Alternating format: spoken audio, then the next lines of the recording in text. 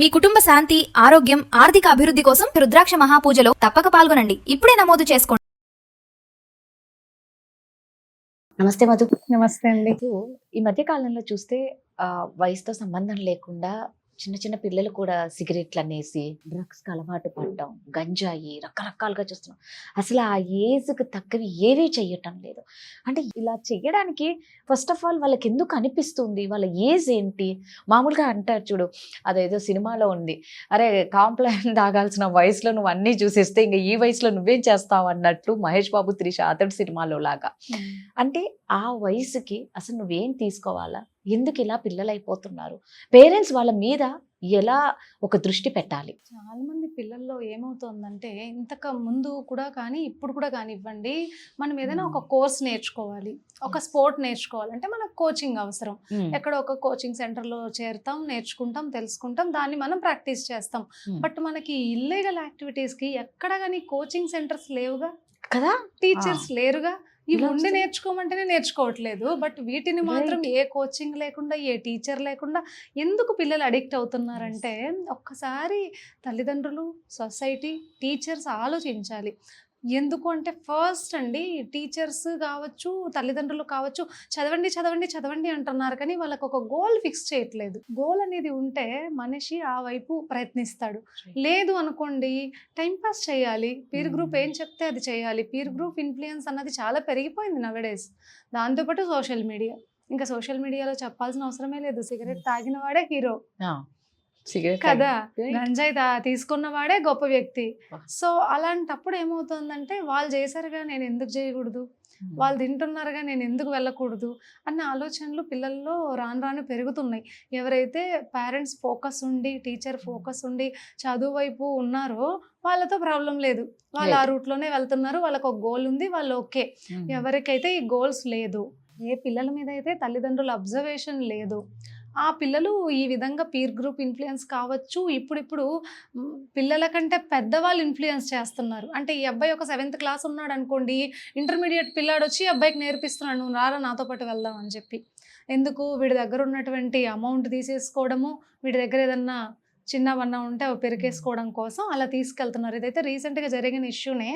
ఒక బాబు ఏం చేశాడంటే, 7th క్లాస్ 8th క్లాస్ 2 పిల్లలు ఉన్నారు, వాళ్ళిద్దరిని ఒక ఇంటర్మీడియట్ అబ్బాయి వచ్చి తీసుకెళ్ళి వీళ్ళతో ఫ్రెండ్షిప్ చేశాడు. ఫస్ట్ ఫ్రెండ్షిప్ చేసిన తర్వాత వాళ్ళిద్దరి దగ్గర సిగరెట్ ప్యాకెట్లు తెప్పించుకున్నాడు. నువ్వు తేకపోతే నేను మీ ఇంట్లో చెప్తాననేసి. తనకి ఇంకొక అబ్బాయి గోల్డ్ చైన్కి $1 వస్తుంది కదా, $1 మాత్రం ఉంది, చైన్ మామూలుదే.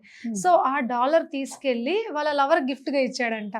ఇవ్వకపోతే నేను నిన్ను చంపేస్తానని చెప్పి ఆ చిన్నపిల్లాన్ని బెదిరించి తీసుకెళ్ళి అది వాళ్ళ లవర్కి గిఫ్ట్గా ఇచ్చి, వీళ్ళని బెదిరించి వీళ్ళని చెక్కు చేతుల్లో పెట్టుకోవాలంటే నువ్వు నాతో పాటు సిగరెట్ తాగు అని చెప్పి తాగించి ఆ పిల్లలకు అలవాటు చేసి, రోజు ఆ పిల్లలు ఎంతో కొంత అమౌంట్ తెచ్చి అతనికి సిగరెట్స్ కొని ఇవ్వాలి, వీళ్ళు కూడా తాగాలి.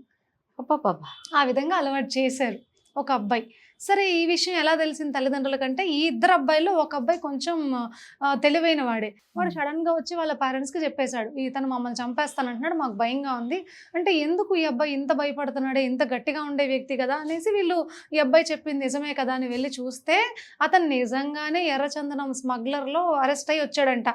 ఆ అబ్బాయి బ్యాక్గ్రౌండ్ వీళ్ళకి తెలియదు, ఏదో పక్కింటి పిల్లాడు కదా ఫోన్లో ఆడుకుంటున్నారని వీళ్ళు కాముకుండిపోయారు.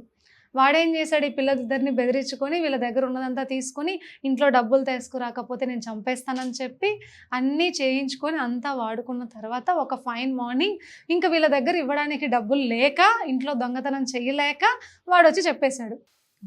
అప్పుడు తెలిసింది. ఇంకా అప్పుడు వెళ్తే నేను ఆల్రెడీ పోలీస్ స్టేషన్కి వెళ్ళొచ్చా, నన్ను మీరేం చేస్తారు, నేనే మిమ్మల్ని చంపేస్తానని వీడు పెద్దవాళ్ళనే బెదిరిస్తున్నాడు, వాళ్ళ పేరెంట్స్నే బెదిరిస్తున్నాడు.